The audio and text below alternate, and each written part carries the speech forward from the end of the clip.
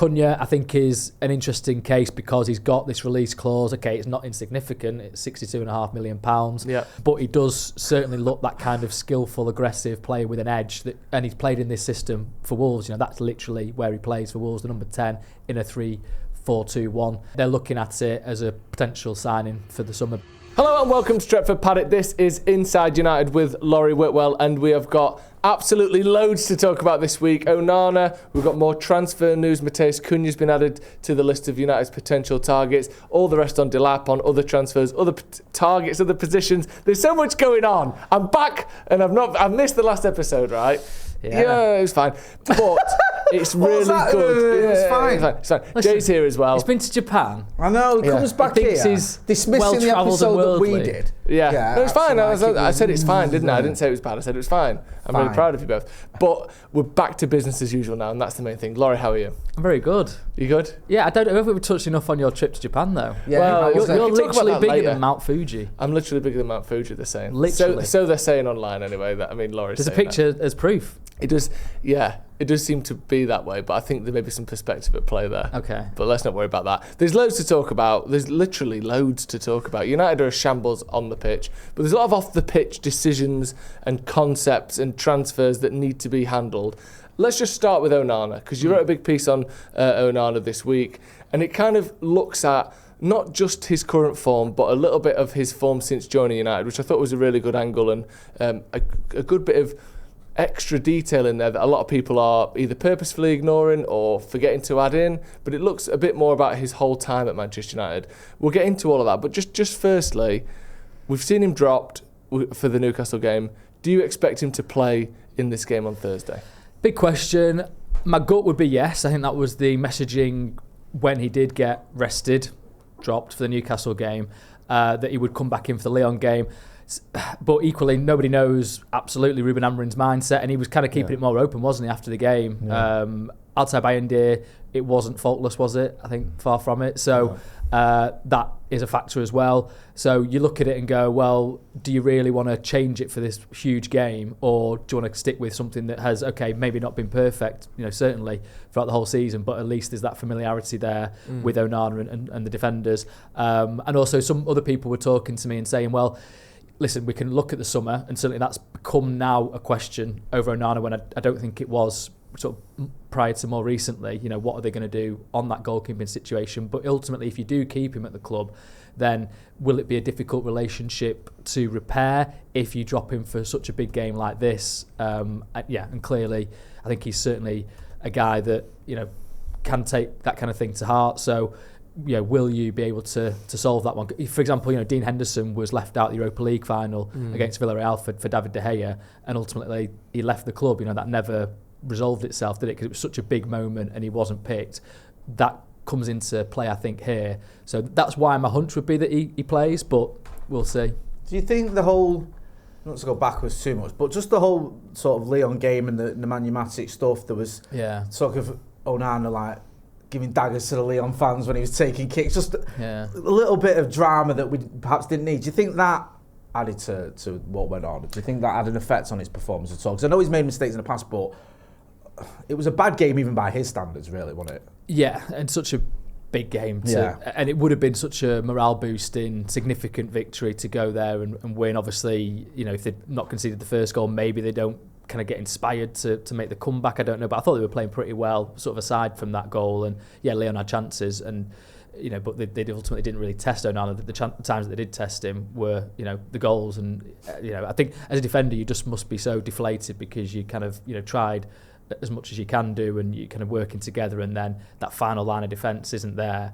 So there's people that think that it did have an impact, the stuff with Matic beforehand, because as you say, he was kind of interacting with the Lyon fans. They were booing him, and that's I think you don't want players to be robots, and you want them to kind of say things that are interesting and from the heart. But obviously there's a certain tact to having certain statements before big games, I suppose, and he obviously kind of called it on. Matic's stuff was way over expectations, and it was a bit much, wasn't it? It was too much, really. But I think maybe, I could be wrong, but is there some solidarity there with David De Gea, who was obviously dumped for Onana, and Matic and De Gea were teammates for a good while. Certainly De Gea was bruised by his exit from United, so you sort of wonder if, combined with him sort of wanting to back his own team, Matic, in terms of, you know, hitting back over the way much better, or way better, wasn't it, that Onana said. I think maybe also he's thinking, well, here's a guy that I can kind of punch down on, because I can sort of say it in a very Jose Mourinho-esque. Statistically, you are the worst goalkeeper. I don't know if that actually is. In some tables, you can relate it to that, can't you? Well, just be. On your article, you've got a couple of tables. One is the goals per game conceded of Onana at Manchester United and his clean sheet percentage. He's got the lowest, and you compare him to other previous United goalkeepers that have played a minimum of 30 Premier League games. So obviously De Gea and Van der Sar, but also the likes of Cunha and Roy Carroll and Tim Howard, people like that as well. Great Roy Carroll was a shot one. Wasn't he got like one of the best?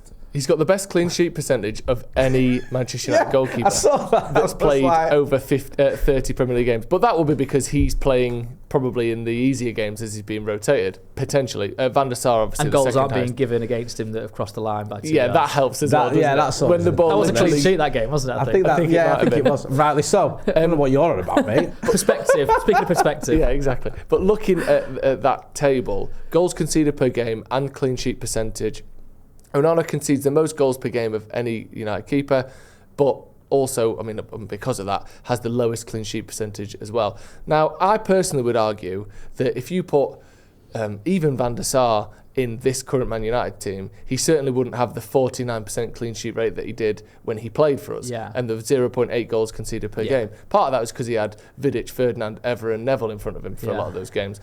But the one that actually tracks individual goalkeepers is a lot more favourable to Onana. So we've got another table here that's a minimum of 900 minutes played in the Premier League since Onana arrived, and all non-penalty shots with own goals taken out, because obviously you can't really account for an own goal as much, and penalties are penalties. So you've got a lot of different metrics, but I think the crucial ones are goals prevented and the goals prevented rate, which is kind of like a number that's accumulate, or no, a number that is arrived at by looking at all of the data that you've got there. And Onana's fifth on this list in terms of goals prevented. He's prevented 6 goals, and only 4 goalkeepers have prevented more goals than him. Well, admittedly, he has had more shots than any of them, so more chance to prevent goals.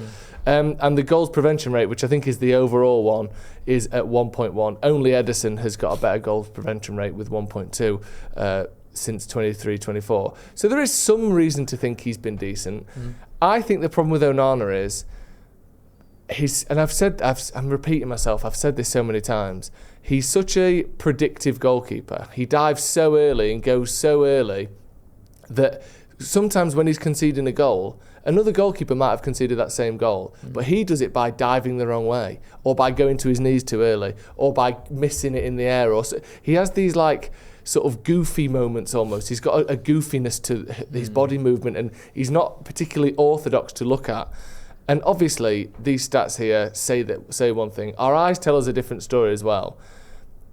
All of this put together, where do you think Onana is now at Manchester United? You said about potentially looking at new keepers in the summer, that wasn't something that was on the radar. Now it is. Do United have a budget for that? Is that something that's official, or is it just a kind of the way it was with De Gea, where all of a sudden we might actually have to get a new keeper because he looks like he's sort of beyond repair almost? Well, that was the kind of premise ultimately of the piece that I wrote yesterday, where it was the deja vu of the De Gea situation was kind of clear to me, where the plan that season was to give De Gea a new contract. They offered him a new contract. They were kind of close to it at one point, and then I think they had second thoughts. Ten Hag was looking at the mistakes that were piling up, and I think a lot of people are looking at what De Gea is doing at Fiorentina now and thinking, why do we ever change goalkeeper? But I think we do have to remember that he was making a lot of mistakes, and he'd served the club absolutely brilliantly and made, been player of the season 4 times, and deservedly so. But at that point, he was then making mistakes that people were fuming about. Away in Sevilla in a Europa League quarter-final, away at West Ham when he lets Benrahma's shot just dribble under him, and then obviously in the FA Cup final, that was the kind of pivotal moment that I think Ten Hag thought, I need to change this here. So you're sort of seeing perhaps an echo in this situation where Amorim might be thinking, okay, I hadn't actually thought I needed to change my goalkeeper, but there's a lot of evidence to suggest that perhaps that would, flick a switch in terms of what we can do. But from this point, there hadn't been any plans to do so. The priorities, as we've discussed already, are striker, maybe 2, wing back potentially, also midfielder, like an aggressive, athletic midfielder. So to do the goalkeeper is then another aspect that they didn't really want to get into. But we'll see how the season finishes. But it might be that, depending on how it goes, that is something that comes onto the agenda. But as I sort of touch on, there's big financial implications to that will make it very tricky. And some people just think that ultimately that will decide things and that you won't go anywhere. But it clearly is a situation that is more, uncertain than it was, a few weeks and months ago. Do you think there's a feeling that they can? I know he's a 29-year-old goalkeeper who's played a lot of football, but do you think there is a feeling, because you mentioned it in your piece about like maybe coaching with him and getting some of these errors out of his game? Like, I think there's a point about he keeps pushing balls into the danger and maybe making his hands softer, I think you mentioned there, rather than being so, I know it sounds a bit of a contradiction, but almost being so strong when you're parrying stuff. Just, do you think they can work with him, or that they feel they can, to eliminate some of these mistakes? Because some of them are maybe fixable. Yeah, I mean, and touching on Joe's point there in terms of his unorthodoxy, I think that's a word. He dives in a way, when at Ajax, they sort of saw that he dived in a kind of way that wasn't coached, basically, but he had his own way of doing things. And then they actually did some tests and they realised that apparently that was the quicker way to ground than what they'd been coaching. They kind of changed what then they coach people. So I'm not saying that there's one way to do things, absolutely, but certainly some people have felt that his hands are too hard, basically. And I guess we saw that in Lyon, right, where it's just a straightforward parry into danger. We've seen this quite a few times. And maybe, I mean, so his best points this season have been these incredible double saves. We have to remember those. The one at Palace was one of the best I've ever seen. Then he goes and does one against Fenerbahce, which is probably even better, and even against Southampton, keeping his team in it at 0-0 as well at that point. So they're really high points that have then been contrasted with these lower moments. But maybe there's sort of part of the same sort of pattern, because it is these parries that if you've got to have a double save into. What happened with the first one? I did look back at them, and to be fair, I don't think any of them really fell into that category of giving it up easily. So they were all full extensions that he was doing the original save with. But that is something that I think you can look at.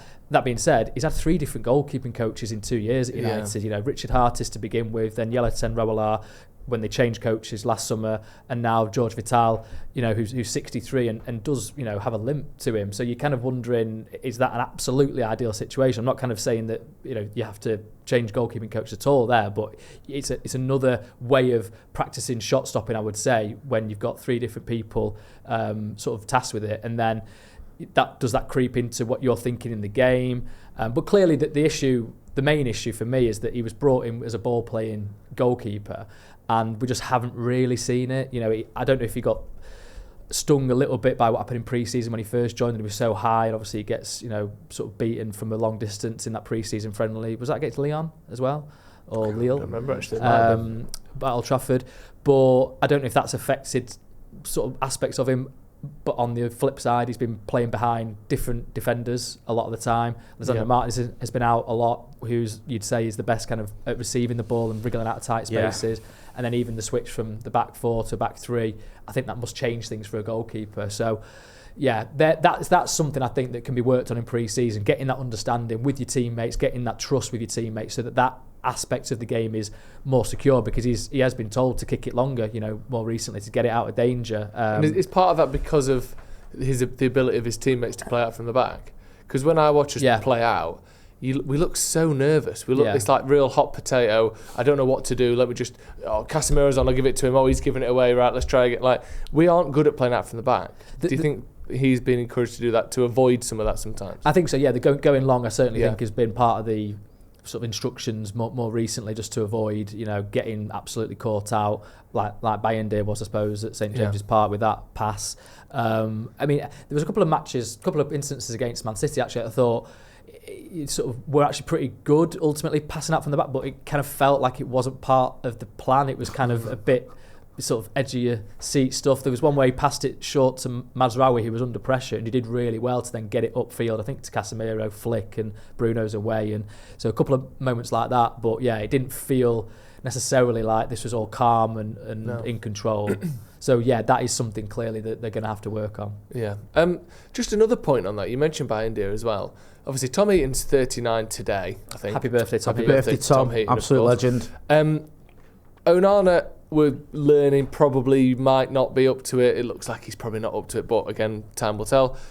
Is this element of like, we might need another keeper? Because Bayindir is also not showing, when I keep talking about him, but when we had Romero as our backup keeper, he wasn't world class by any means, but you could consider it possible to have a 15-20 game spell where if we really have to drop Onana next season for a good chunk, Sergio Romero could step in and be a competent second choice keeper. If Onana does have another spell like this next year, we decide to keep him, he has another spell like this, you bring Bayindir in and he's giving the ball away on the 18-yard line every game. Is that playing into it as well a little bit of not just our first choice keeper but potentially the second choice keeper not being good enough? Well, that's it. I mean, how long have we had to wait for Bayindir to make his Premier League debut? And even in sort of cup competitions, Onana was retaining his place quite a lot. Ten Hag never really wanted to drop him at any stage, did he? Or rotate him even for these kind of Europa League or Carabao Cup ties or FA Cup ties. I mean, Bayindir obviously had a really difficult game away at Spurs, didn't he, in that League Cup game? Really good against Arsenal, though. With those penalty saves mainly, that was the thing that made him stand out in that game, which is something that Onana, to your point, seems to dive quite early on penalties. He likes an early dive, but I do think that's a consideration. Like, I would have expected, sort of, if they had absolute faith in Bayindir, then he would have featured more already, because there's been a few moments where you could have seen a bit of rotation being required. Yeah. Just on the goalkeeping front, I know it seems like a silly question, I'm just going to ask it anyway. I know what you're going to ask. We're all friends here, Laurie. When they're looking at some of the younger goalkeepers like Eli Harrison, for example, is that just like, we can't be chucking 19-year-old kids? There's no feeling that maybe next season you could look at him, or is he just too young? Is that I've not seen loads of him, to be fair. I saw him away at Edgeley Park, actually, Stockport County. I think he might have been 17 that night, to be fair. And he kind of did an Onana in that game where he conceded a penalty. Let's not try and have that as the sort of did an Onana term. Well, because Onana had got away. Did he get away with it, Onana, when he against who was it in the Europa League, or was it Galatasaray? Was it Copenhagen? Copenhagen. Where he saved the penalty? Yeah, so he came out and he clattered the guy. Right. Was that one? Oh, right. Sorry, I'm thinking about the penalty save. Onana saved a pen in that one, but did he came out and clattered somebody. I think he got away with it. I don't think they gave a penalty for it. When it Wolves? Wolves, that was first game of last season, that was it. Yeah, Wolves, sorry. So around that time then anyway, Harrison did a similar thing and got a penalty given against him for that. But then he did actually do well in the penalty shootout after that in that game. So I'm basing this on one match. So who it's not a fair sample size. He's very good with his feet. People do speak highly of him, absolutely. I just think, that age for being a goalkeeper, the pressure that's why I thought it was a bit of a similar. I thought you were actually going to ask me something else. Oh, right. What do you think he was going to ask? Who do you think United might go for if they do? Well, that was going to be the next question. Great question, Jay. In fact, no, I've got another one. I'm not going to answer that either. So, well, actually, I want to ask you that in a slightly different way, because you mentioned in the article about this deja vu with the De Gea situation. We saw at the end of that season. We don't need a new keeper. De Gea's probably going to sign a contract, etc., etc. All of a sudden, there was then this talk of like, actually, if someone comes around for like 4 to 8 million, we've allotted this amount for a goalkeeper. Yeah. Then all of a sudden, we've gone from this like Bart Verbruggen type goalkeepers being linked. I think Jan Sommer was the name being mentioned as well. People either at the end of their contract or very young players, to all of a sudden we're buying 26-year-old or 27-year-old Andre Onana for nearly 50 million quid. Yeah. How do we avoid this thing of like what the priority is and that changing drastically? And how do you think that change of priorities affected our approach for Onana in the first place? Yeah, it was certainly something, again, back to that point of it being unexpected. So I think even in Ten Hag's first summer, there was a bit of a change in policy where he originally was, De Gea was his number one, absolutely, or they came in with that expectation. And then as it was going on, he realised that he wouldn't do the kind of passing out from the back that he ideally wanted. And so the budget for number two was then raised, sort of internally. And they sort of started looking at a different group of goalkeepers, and then that ultimately I think led to on loan Martin Dubravka. So rather than it be an actual signing, A similar kind of thing happened then the following summer, where again they were looking at a number 2 rather than a number 1, and so there was a list of goalkeepers kind of drawn up there, and then things changed. Eric Ten Hag ultimately was the catalyst for that changing, because he made his call and United wanted to support him after an FA Cup win and finishing 3rd in the Premier League to get into the Champions League. He had credit, he had stock, so that made sense. So it ultimately, how much that comes down now to Ruben Amorim is going to be interesting. How much influence would he exert if he ultimately decides to make a call on this, or whether he's happy with Onana, when it comes down to it. Does United structure, it has changed obviously since Ten Hag was involved, do they then think, okay, we're going to go and support Amorim in this way, or do they think actually the long-term view for the financial security of the club is to actually stick with him and we can't really afford it, so sorry, but we're going to have to make a club call on this. I don't know which, I'm sort of speaking hypothetically. Yeah, of course. I'm not sure that Amorim would advocate for that at all, but yeah, I mean, ultimately, you look at Verbruggen at Brighton, he was one that they did have pretty much a deal set up for, and he wanted to go to Brighton where he would feature more regularly. He actually had to sort of share the responsibilities, didn't he, with Jason Steele for quite a large part when he first joined. So he's only now become the kind of number 1 outright. But he's a kind of player that United were looking at. So United getting some of these players over the line, not necessarily is always their sort of perhaps poor negotiation or lack of sort of conviction. Sometimes it is the players actually going, well, I'll play more at this club, and I see that as a stepping stone, and then I can make the big jump. Yeah. So it's a fiddly one, a tricky one, but I'd wonder if they can go back to some of those players that they looked at previously, if they do ultimately look at making a change. Are you hearing anything, or do you think there's any inclination that the players are turning against Onana, losing faith in him? I don't want to look too much into it, but you saw Bruno at the end of that Lyon game. He just looked... What did you think? Yeah. He just looked like he was just so done in with it all. Yeah. And I'm not saying it was necessarily he was focusing on Onana, but he just looked so fed up. He's basically dragged his team back into the game, got him, winning, and then you've seen the keeper make a mistake in the 95th minute. Just human nature. You're going to be like, for God's sake. Now, I don't know if that translates to you're fed up with his keeper or whatever, but I don't know, just as you expect footballers and defenders or just teammates to be like, what's going on here? Yeah, they've got to be, haven't they? Yeah. I think what I do know is that some players were a little bit uncertain about when he would pass it short, when he would go long. So there might be occasions when they would drop short to kind of get it from him, and then he'd go long and then have to kind of sprint 15 yards to kind of hold the offside line. And so I'm not saying where that fault lies. It's clearly an understanding issue, but that's something that I think has been inherent for a little bit, where there's not been a total faith maybe in understanding the decision making, and then I think you saw, didn't you, at one moment in the Lyon game, Harry Maguire cleared it, didn't he, when Onana was behind him for a cross from inside the 6-yard box, I think, or thereabouts. So that's interesting to me. If you're a defender that's got absolute faith and knowledge of your goalkeeper there, it's a split-second decision, so maybe I'm reading too much into it, but it looked to me like Maguire wasn't going to take any chances. Yeah, definitely.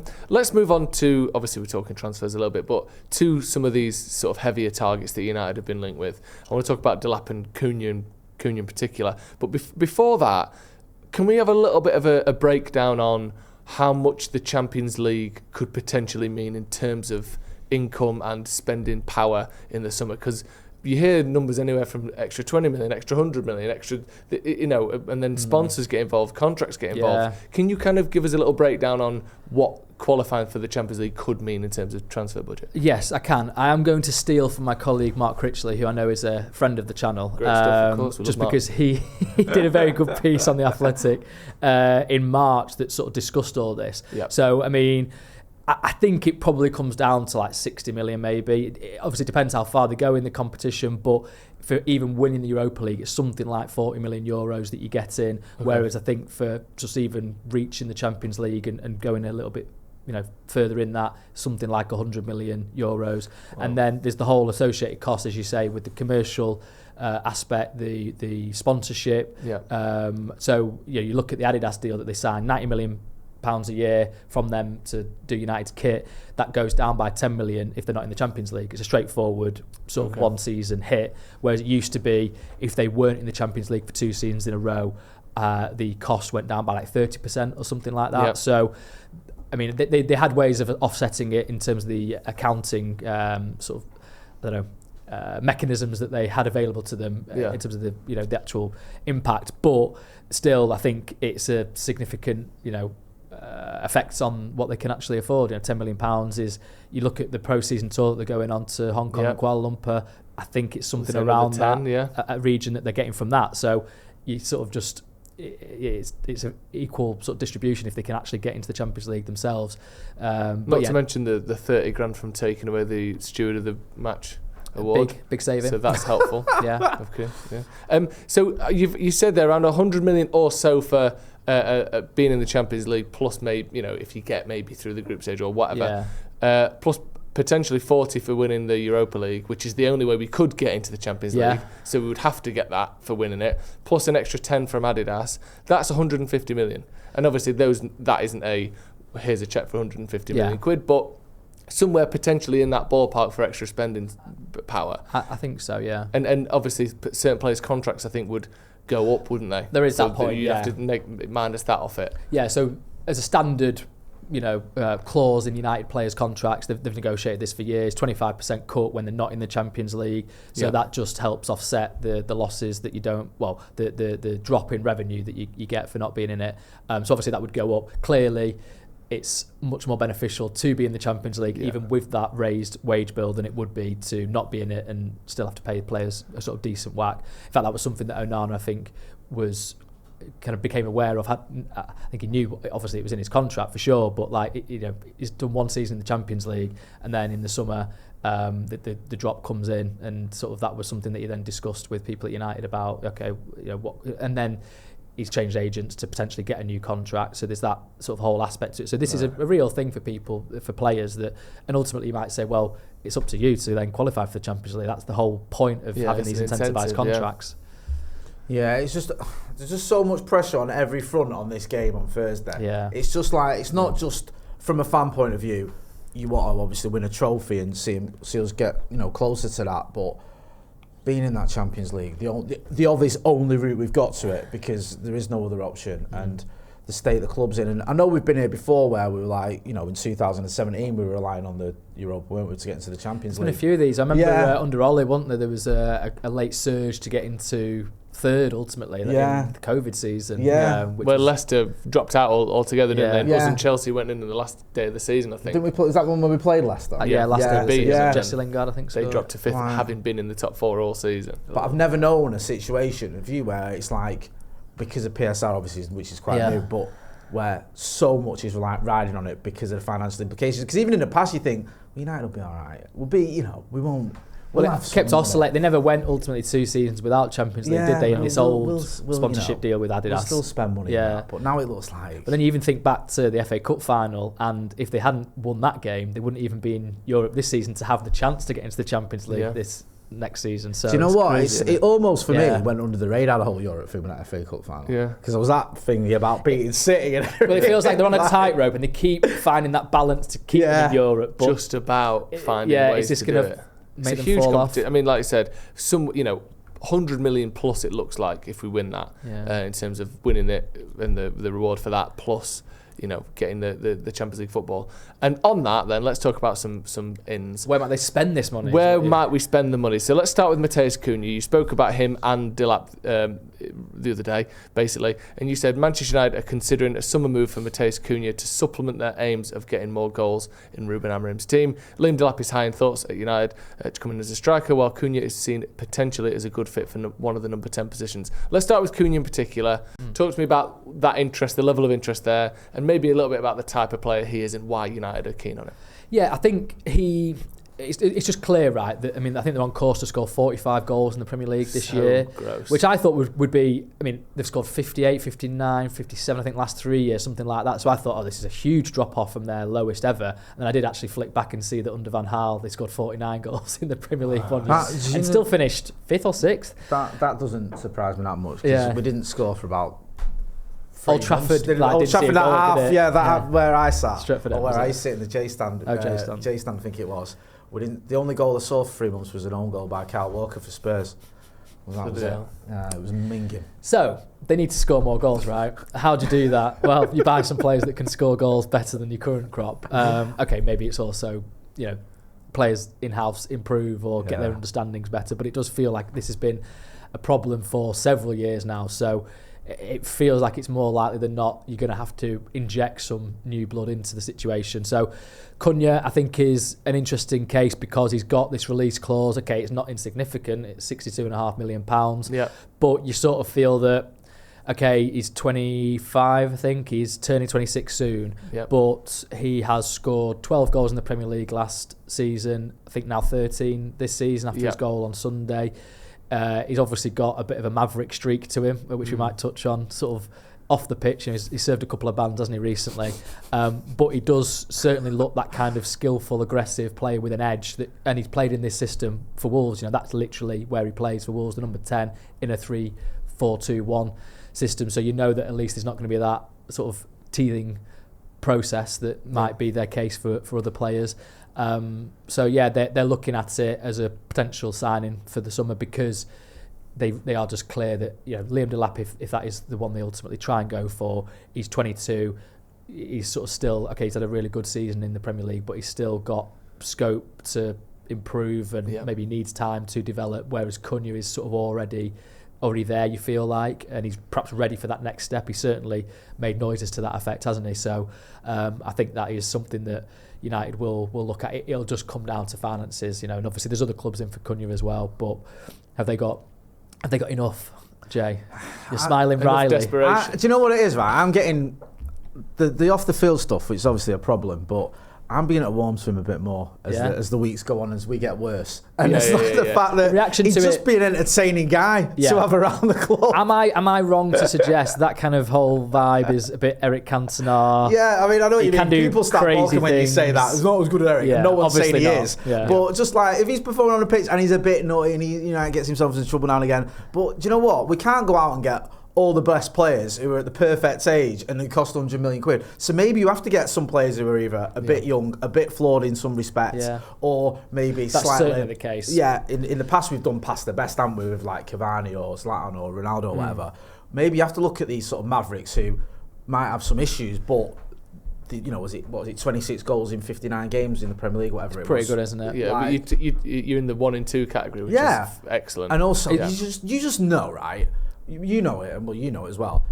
What's in a United shirt, in with that ball at his feet, you're going to be buzzing watching him, aren't you? He's going to be entertaining. I mean, the thing that I like about him so much is he carries the ball so well, and that's one thing that only really Garnacho does for us. Zirkzee does it a little bit as well, and he's kind of growing into that role of taking the ball forward a bit more. But Mount doesn't do it particularly well. Bruno doesn't do it particularly well. I think it's a weakness of a lot of our players carrying the ball with speed and with power. Yeah, because Mainly does it a little bit, doesn't he, but not very far. They can all do it a bit, but that's one of the strengths, the biggest strengths to his game. There is this off the field, or some of it happened on the field, but just not playing football, stuff with Cunha. I want to go through some of it because there's social media stuff. There's also this thing where he elbowed and ripped the glasses off the face of an Ipswich Town staff member, which is a little bit like, it's almost bullying, that, isn't it? Knocking someone's glasses off so they can't see you when you're trying to fight them feels like quite a low blow. You've never done that trick? I've never done that trick, no. It feels like a little bit of a low blow, that. He also swung an arm and a foot and then tried to headbutt Milos Kerkez for Bournemouth. So could you sign both of those this summer? You could maybe sign both of them. Wouldn't it? Put them in the same dressing room. United have been linked with Kerkez. Like cats in a bag. There you go. You two sort that out in the car park. But then there's also, there's that stuff which is kind of temper and immediate sort of like scrapping stuff, which again, you don't always mind it when it's your player doing it. No. The stuff I think United fans would get sick of a lot more quickly is some of the social media stuff. Yeah. So there's a couple of bits. One, he was dropped and left on the bench after a game, and then he posted on his story, which he then deleted, saying, "Time to be happy. I'll follow my dreams and yours, so stay cool." Basically hinting that he might be, going somewhere else or following his dreams elsewhere. And yours, though. And mine as well. So he is thinking about us. Yeah, nice. But then there's another one, which he was then kind of talking about this, saying, "I had a lot of offers, but I wouldn't feel well if I'd done it. Some things you can't control, but I couldn't leave the club in the middle of the season in a difficult situation in the relegation zone. But I've made it clear that I need to take the next step. I want to fight for titles, for big things. I have potential." So he's quite willing to talk about leaving the club. Yeah. And I think, again, you see many players do this. It's not unusual, but United fans tend to get sick of that sort of stuff quite quickly. Yeah, for sure. I suppose the hope would be that United is, if it happens, would be his final destination if he then performs really well. You look at Bruno, he came in similar kind of age, didn't he?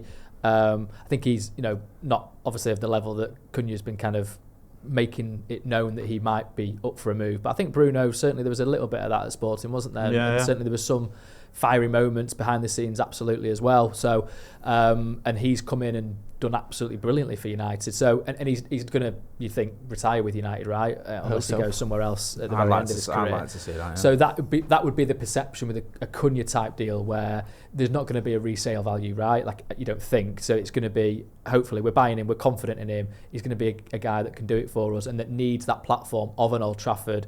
Okay, it's not Champions League potentially, although maybe it will be, but we're at a low ebb. But can you come in and be that kind of catalyst for change that Bruno was a few years ago?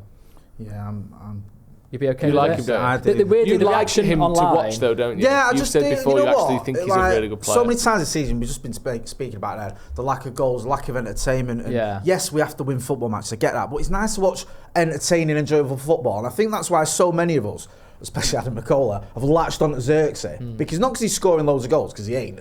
But he's at least entertaining. He's good on the ball. He's clearly a good footballer. Yeah, and I know it sounds a bit too bit, but when he's clipped up in that on socials and it's like all these little tricks and stuff. Yeah. It's good to watch. Now, if you could have someone like that who's a bit quicker and scores goals as well, and probably does a little bit more than just sort of entertain, that'd be ideal. And I think in an ideal world for Manchester United, we probably wouldn't be going for him, but we're not in an ideal world. We're in a world where we're sat 14th in the table. Yeah, you've got to be realistic. Yeah, and that's a player that's proven in the Premier League. I agree with on that point. That's why people got really excited about Ahmad, right? He got the ball, he went aggressively with it, and got people off their seats. Was having that impact in the final third and scoring goals, creating goals. So I think that's what people then, because the reaction online to when I did the story was, really positive, which I wasn't sure how it would go really. Yeah. I know a lot of people are very positive about United potentially, signing people at the best of times. Obviously, there's also the kind of flip side of that where they're saying, considering FC, we're here again, aren't we, monitoring United? But we love to monitor, don't we? Yeah. Monitoring the situation, I think, is another one. But to your point, I think the fact that he's done it against United is, it's like a classic Fergie thing, isn't it? If they did it against you, you're sort of thinking, okay, maybe I should get him on board. That back again, that Wolves game that we talked about, I think that was the one, wasn't it, where he kind of announced himself to United, where he was just getting the ball constantly from midfield and driving with it. Through, he's scoring the Olympico at Molineux this season. Anyone that can score direct from a corner. Yeah, let's see what you got. Yeah, definitely. Yeah, I think he's a very exciting player. I'm going to be fuming when we don't get him now. Yeah, exactly. Yeah, sorry to get you all excited. Liam Delap, he's someone that we spoke about a little bit with you before, but this seems to be kind of an evolving storyline around this release clause. So obviously 12 Premier League goals for a team that's almost certainly going to get relegated. He's a young player, 22 years old. He used to play for Man City, which I think some of us have Sancho flashbacks and that worries us a little bit, but realistically, can't be an issue there. He's got a few good traits as well. He's a hard worker. He's aggressive. Much like Cunha, not in the same way, but he's a bit of an arse. Like, you watch him play United and he was falling out with Mazraoui, was it? Yeah. He's up for sort of scrapping and kicking off, and he's not someone that shies away. And I think, you look at some of the comments from Roy Keane over the last 10 years, but certainly the last few months about United not having that kind of 20 years, aggression and holding even themselves. When he was playing. To be fair, to his own teammates by the end. But that kind of like not holding themselves up to standards of aggression and work rate and effort. Yeah. Liam Delap has all of that and a lot of talent as well. Talk to me about this release clause, because there was rumours of, no, it's not there, and then it was 40 million, then I'm hearing seen 30 million even in the last few weeks if they get relegated, if they stay up. They're getting relegated. What we're looking at? Yeah, so I think there was this idea that he probably had one in his contract. I think that kind of was sort of known in the industry. Yeah. The actual fee, I don't think, was necessarily known. The Guardian then did a story that it was £30 million. I think that's correct. So I thought it was a little bit higher just by sort of the fact that City had a £40 million buyback. So I thought maybe it would be a similar kind of price to that. That being said, I think there will ultimately be some agent fees involved, right? So it maybe ultimately will cost something like that, maybe if United go and do the deal. But yeah, it's obviously a very appealing price for a player that's just scored 12 goals in the Premier League, and obviously the season's still going, so you don't know what he might end up with in a team, as you say, that's sort of struggling, doesn't create loads of chances. Although I suppose the team is pretty well structured. Kieran McKenna's doing a really good job at I think, squeezing the best out of the players that he's got, albeit they are going to go down. So maybe that pattern of play is there for Delap to thrive in. But yeah, I think that overall there's going to be a lot of players, a lot of teams that are looking at him as an option. Certainly Chelsea are, even teams abroad. I think Bayern Munich are even having a look at him. So we'll see what it comes down to. I think it'll ultimately be Delap's decision where he goes, because the parameters for a club are very clear. So at least that makes it a smooth or a clear transfer to pull off. It's not like you're going to have months of negotiation that obviously put United off even going near Harry Kane, for example, or Victor Osimhen that summer.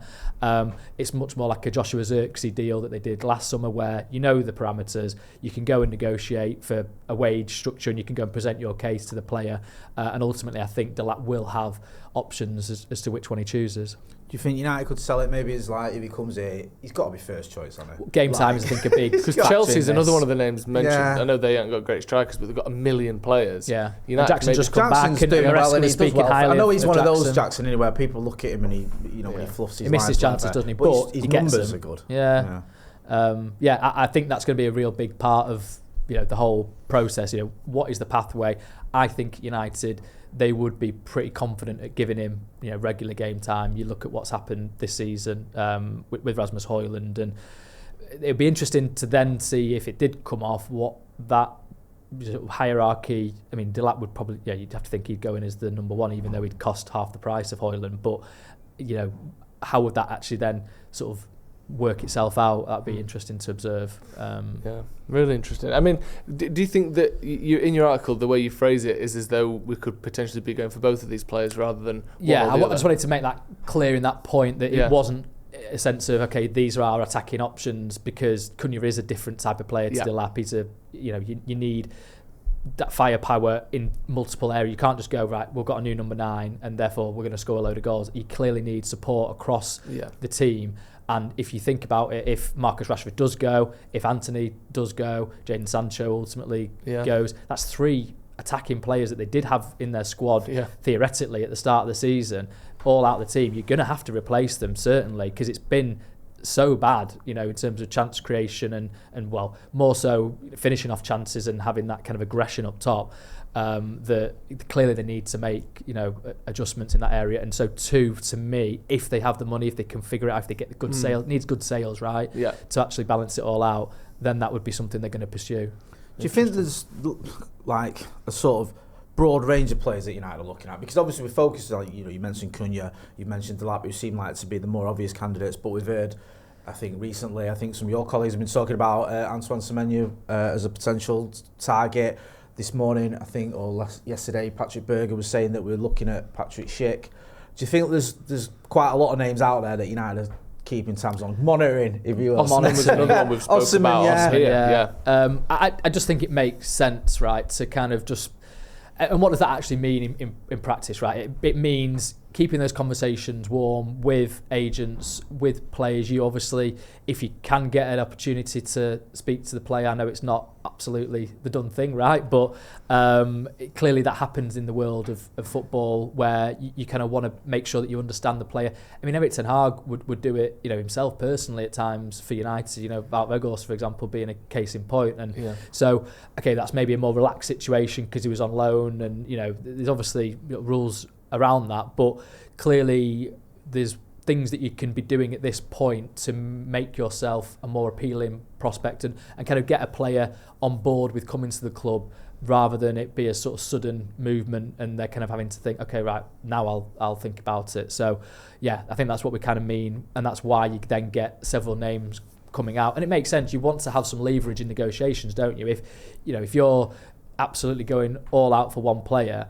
you obviously want to make sure that they feel wanted and feel like this is the club that they should go to. But at the same time, you need to have that element of negotiation with the club or even with the player, maybe if you're looking at negotiating contract terms.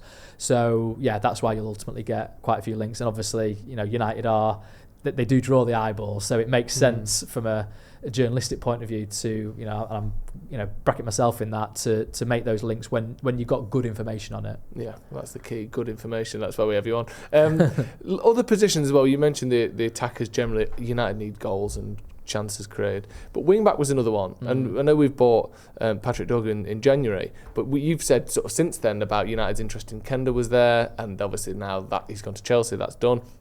Alphonso Davies is another player that was mentioned. His name was mentioned. He signed a new contract at Bayern. That's not going to happen. But is that still an area where United are going, we need an alternative to some of these other targets, or was it a Kenda or nothing kind of vibe? No, I think Kenda was certainly one with the link to Ruben Amorim that made it appealing, and the fact that you could get a good sense of what Sporting would be able to or would want for him. Chelsea obviously disrupted all that. But I still feel like that's an area that they need and they will ultimately look at addressing, just because it's such a pivotal part of the team, right? And I still don't think it's not at its fullest, is it? No. It's clear that if you have wing backs that are aggressive, have the energy to go up and down that flank, can make a difference in the final third, then the system totally transforms from being one that is pretty defensive and reserved to one that does have a lot of attacking potential. So I think that's something they'll look at. I mean, Harry Amas, I thought he had a really good sort of debut against Newcastle, and so he will clearly be someone that is hoping that he can make that impact and say to United, you don't need to actually dip into the transfer market here. I'm ready, I'm waiting to actually make an impact there. Diogo Lyon, he's coming in, isn't he, in the summer from Paraguay, so let's see how he adjusts to life in England. But then you look at the opposite flank, and obviously Dalot's just played a lot of football. Plays every single minute of every single game. Yeah, and I think he is really a full-back. I think wing-back it doesn't necessarily... He's that assist that he made for Garnacho at the weekend was really good, positive, aggressive running. I suppose maybe you're more able to do that kind of stuff if you are rotated because you've got the energy to do it. Whereas, so I'm not even saying that it would be an absolute number one to come in and replace him, but I feel like that side probably does need some reinforcements. But yeah, I mean, they did make a check on Davis in January, sort of what was the situation because his contract was expiring. They'd actually already looked at him years previous when he was leaving Canada to go elsewhere, and they kind of decided against him. So funny how things work out, and obviously he signed that new deal with Bayern. But I wonder, there's obviously been links with Jeremy Frimpong previously. He again, somebody that actually plays in that sort of 3-5-2 sort of system that goes at Leverkusen. So I wonder maybe they have a look at him. Yeah, it does seem to have gone a little bit cold on the right wing back scenario, doesn't it? And then, like you mentioned then, on the left-hand side, I know you can play a left-footed one on the right. Well, that's the interesting thing. Yeah, Amorim likes a lot of that. Yeah, so it does feel like we have got a few options. If Lyon is one and Amas as well. Well, in the derby, wasn't it? It was like sort of Kokonki, Amas, and Shaw, all left-footed defenders on the bench. So it shows the kind of importance he places on having that left footer in his team, even on both sides. So maybe that ultimately becomes the case where you've then got, obviously he tried Dorgo on the right, didn't he, to begin his United career, so I don't know if they revisit that in the summer. And potentially maybe, let's say United got Cunha and Delap or equivalents, you could maybe have Bruno and Cunha as your 10s and Ahmad on that right wing back spot. Maybe that could be something that's a bit more flexible depending on who you're playing. If it's a high pressing athletic side, you might put Dalot in there. If it's someone that you're expecting to have more of the ball in the final third, you stick Ahmad in for his technical ability. Who knows? We've got options if we actually get players in. Like you said, I think our squad now is weaker than it was 2 years ago. I feel like and we lose some of our best players from that season are either no good anymore or they've left. So United need to sort something out. But it's very exciting. Very, very exciting indeed. Thank you very much, Laurie. Lovely. Great to have you on as always. Us up there, have I? Laurie. You've done well. You have. You've got us optimistic. Ready for Lyon? Ready for Lyon, yeah. This is it, man. We'll be all right. I wanted to focus on some positives. Sorry. Because, that could be a positive. Yeah, okay. Because it's been so bad. Sorry. I don't know why I took that as a negative. No, we lost how it, dare you. We might win it. He thinks we're going to lose because he thought the whole match was a negative. For God's sake, Laurie, don't let it slip like that. Sorry. What are you working on at the minute? Anything you can tell us? Is there something I can tell you about? A few little longer term ones that may be coming to fruition towards the end of the season. Let's see. One of your bumper ones. One of your little one of your little piece. dissertations. We love all that. Yeah, good stuff. That's very exciting. Yeah, so stay tuned maybe for that one. Great stuff. We'll put a link in the description for Laurie Whitwell's articles as well, so go and check them out on The Athletic. Of course, make sure you check those Onana and obviously in particular the Cunha and Lyon Delap articles. They are in the description, as Jay's mentioned. Thank you very much, Laurie, for coming on, of course. Thank you, Jay. Thank you to me as well for coming back from holiday. This has been Inside United. We'll see you in a bit.